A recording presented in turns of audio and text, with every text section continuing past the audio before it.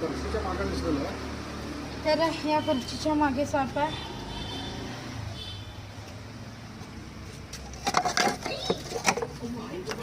रॅट्सने काय हा दामन आहे.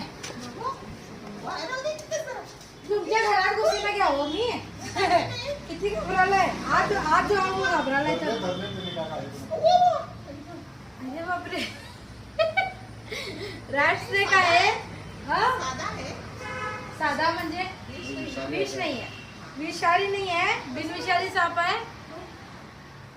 कळतं की आता साप आहे. ह्याच्यापेक्षा तुमची भीती फार विषारी आहे. कळलं बघा मला. कसं कळलं ते सांगा.